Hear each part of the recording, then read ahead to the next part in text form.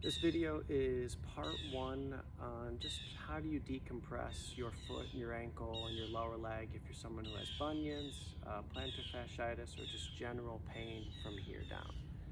Okay, it's all connected, and since it's all connected, it's really valuable, I believe, at least this is how I coach and what I teach, it's really valuable to go from the ground up. And we like to start with a little bit of release and creating some space, and also tactile feedback is really good for the brain to start recognizing, oh, there's a little bit of an imbalance here. Oh, something's overworking and something's not really doing its share. So we start by getting our fingers between our toes, just kind of rolling them out here. All right. You do this about 5-10 times. Okay, and if that doesn't feel very comfortable, putting your fingers in between your toes from the bottom side, you'll go on the top side. Okay, it's a little easier to get the hands in there. And again, I'm just wiggling things around. I'm trying to create some space between my toes. What you'll find when you do some of the stretches that I'll show you in the later videos here, the ones to follow, are the more interactive your whole foot is with the ground, the more you feel it up the leg. So if your toes are really scrunched, and if you're someone who has bunions, likely you have knee pain too. Or if you have plantar fasciitis because your foot arch is collapsed, likely you have hip pain or back pain too. It's all related. So, you know, it almost feels reductive saying just plantar fasciitis, bunions, or lower leg video, but this is really valuable to address those specific things as well as a litany of other things. All right, so we'll do the other foot just for good measure. Perhaps I'll fast forward this part, I don't know. Let me see.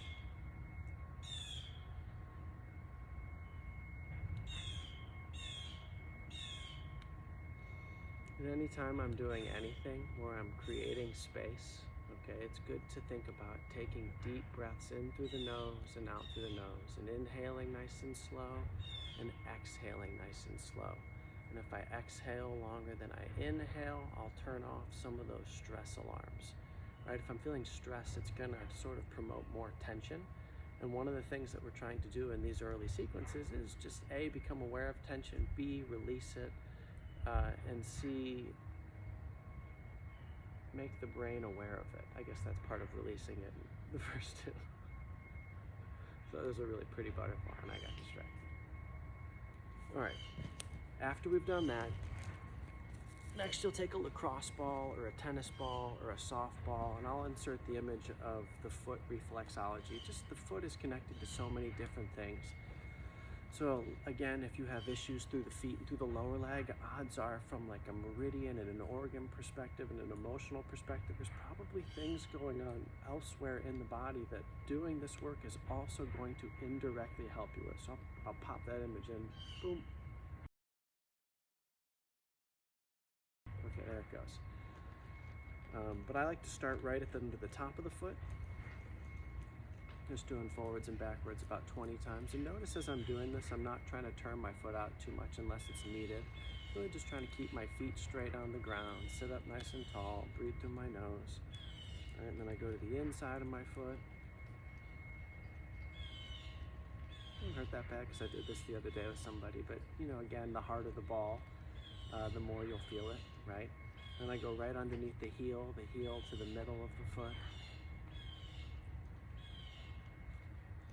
Go to the outside. Outside's probably the hardest one to hit because it wants to roll away, but that's okay. You get better at it the more you do it over time. I guess because I played soccer, I maybe possibly take for granted how easy it is for my foot, this control to, it's like having good touch, but you get used to it over time.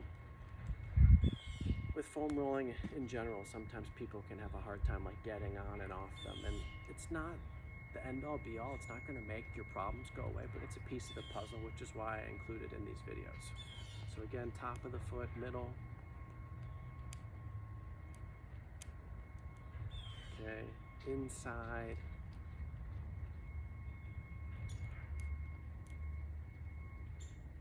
The blue jays that I feed are hungry.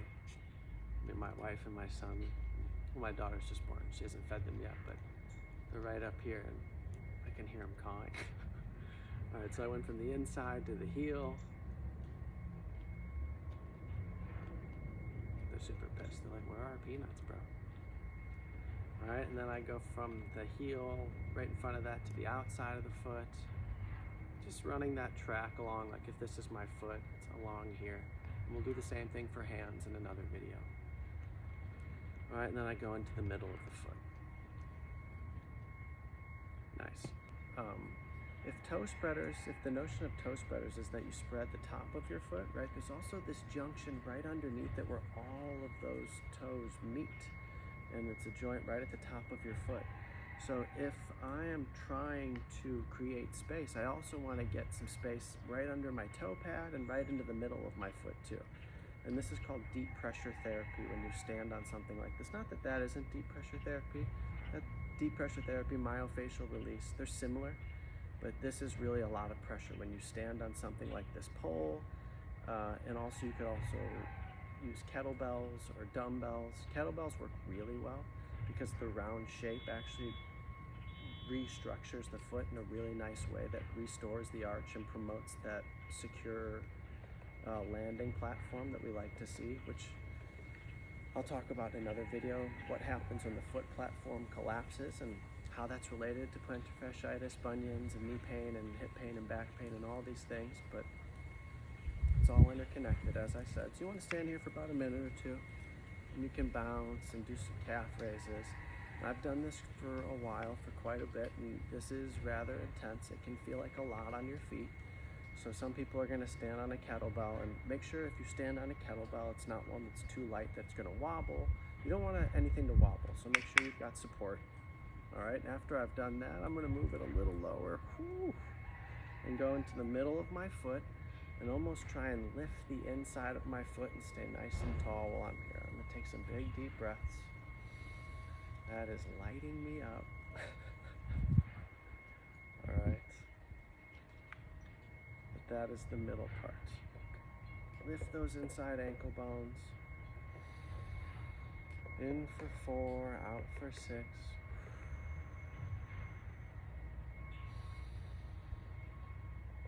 All right, I'm trying not to let myself hunker down just because I'm under stress. All right, and then I'll go back to my toe pad for a sec, take the pressure off because that's a lot. I can do one foot for about 30 seconds. Notice I internally rotated this back leg, sort of mimicking the drop-in, which is an exercise we'll see in the intermediate part of the program.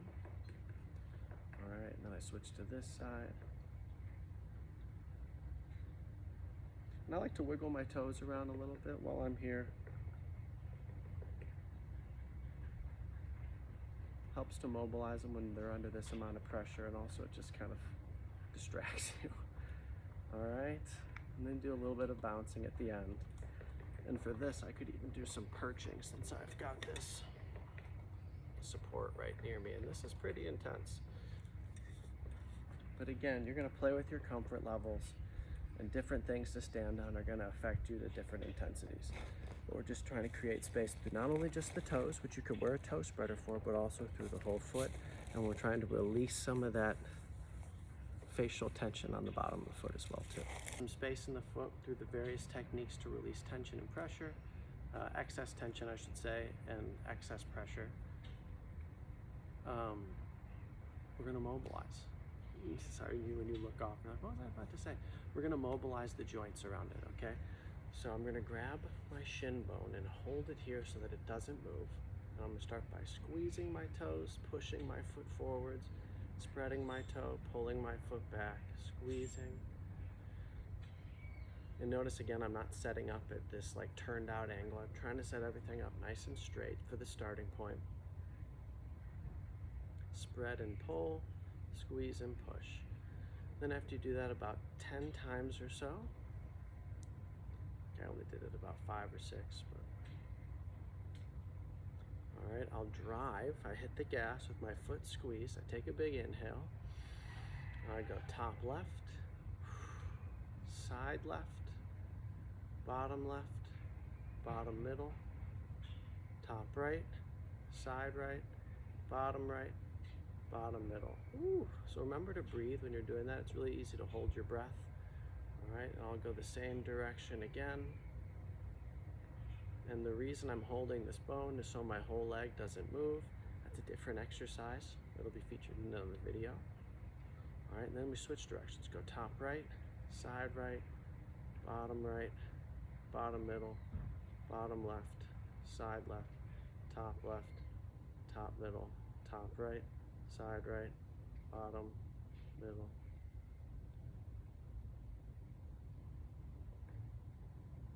All right, you can do a few circles each direction to grease the groove after you've really pushed your threshold and worked against the perimeter of your range of motion. And again, it doesn't matter if you're doing it, how you're doing it, just having range of motion to play is going to make for more playful life. And that is partially what this whole system, what I'm trying to give you, is that you feel comfortable and connected with your body so that it can do everything you need it to do. And therefore things like strength gaining and weight loss or pain release, it just becomes a natural byproduct of living your life. Squeeze your toe, push forward, spread, pull back, squeeze, spread.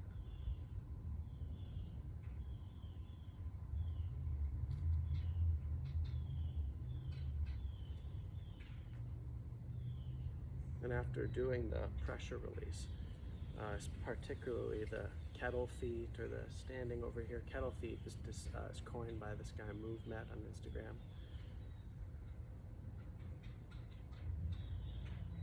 But if you stand on something like that, the Foot Collective has a lot of nice products that they sell. And I'm not endorsing, you know, I don't work for anybody, but just telling you that this information is out there. So let me take my own advice and slow it down. All right, so top right, side right, bottom middle, bottom left, side left, top left, middle. But all to say is I'm feeling it through the bottom of my foot a lot more when I circle and create these circles now because I opened it up and because I created that sensory connection. Go the other way, top left, side left, bottom middle, side right, bottom right, or bottom right, side right, top right. And just grease the groove.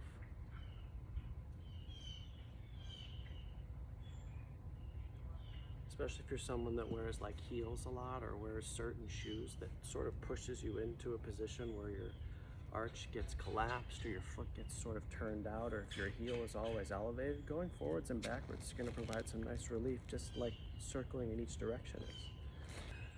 Last but not least is the child rocker. Okay, so you're going to set up in tabletop, and I'm going to want my hands relatively underneath my shoulders, my knees relatively underneath my hips, maybe a little bit forward, if not, you know, directly in line. I like them a little bit forward, so that way it helps me lean into the curve in my lower back here, because we are trying to restore the spine to its natural J-shaped curve while we're in this position. And my toes the whole time, they're gonna be pressed together, toes together, heels away like this. And this is gonna help really decompress the ankle, because this position, right, is the same as this, a nice secure foot. This position here, this frog position, is the same as this. So when I'm standing, right, and if the goal is to alleviate pain, I want to get my feet right under my hips.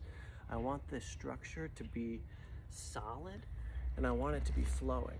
And that's partially what this exercise does. It primes the energy flow as well as feeds all of these decompressive inputs to help us have that awareness in the body that, you know, helps you retrain from a lifetime of shoes with too much padding or sitting in desks, because the idea is, or sitting in chairs at desks at school, the idea is, I'm gonna sit here, my knees are fist width apart.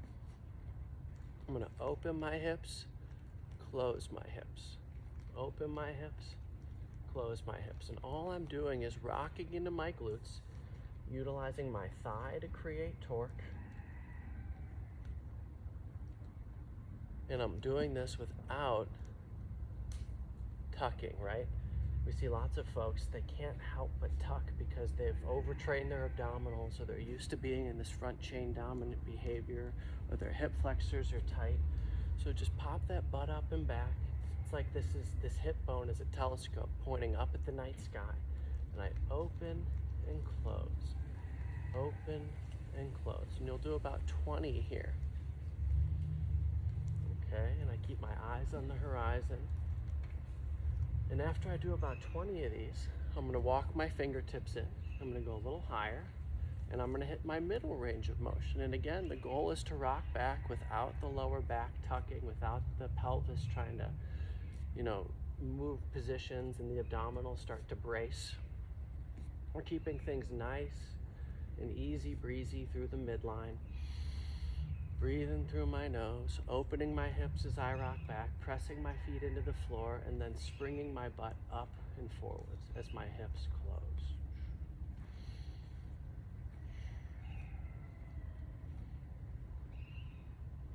Looks really simple, but it's actually taken me quite a long time to get this down to a really good flow. And it's also great for knee pain too, because you're working into this connective tissue around the legs and the ligaments. And that's another reason why I say keep the knees fist width apart, because if you go too far, you might be putting too much stress on your knees too quickly. All right, last but not least, you'll go towards the bottom of your range of motion. Hip back. Feel it in your glutes. Feel it maybe in your front pockets from your hips opening and closing. You don't have to worry too much about your low back. If your low back is burning, you might just be hyperextending too much. And I would try to focus on finding it in the very beginning, where it's really just in your hips and not in your lower back. Because if you don't feel it in your lower back here, you won't feel it here, and you won't feel it here. But if you feel it here, you're likely that it's only going to progress more and more. And again, some of you may feel it to an extent in your low back at the very beginning, and it's just because you're so this way that moving it the other direction, your body starts to become aware of it. That's part of restoring balance. And the goal at the end of the day, just being to live in the sweet spots and sit in Seiza, one of our secure resting positions. Thanks for tuning in. This is a 3-part sequence, times 3 or whatever. The lower leg, plantar fasciitis, and bunions. We've got this video that you just saw. The next video will be about the resting behavior that helps to reinforce the exercises that you just performed. And then there'll be a follow-up video about footwear. That'll be really valuable, because how we live essentially is going to largely affect how quickly you heal, right? If you go from this to immediately contrasting it with like really closed-toed shoes and tight socks and sitting on a couch and really compressive behavior, the golden window, which is what I like to call the buzz of after you've done this workout, the freedom that it gives your body, the golden window doesn't last as long. So this resting behavior will promote a longer golden window. So that way we're always living in this bliss, you know, the bliss of freedom in our bodies and the happiness that that affords us. So be on the lookout for the second video about resting behavior, and be on the lookout for the instructions about footwear. And then we've got an intermediate video following up with ground to standing exercises, followed by an advanced exercise video for the active body. So if you're a runner, an athlete, or someone who just takes fitness, you know, seriously and likes to have fun, there's some more options for you. Thanks for watching, and hope you enjoyed.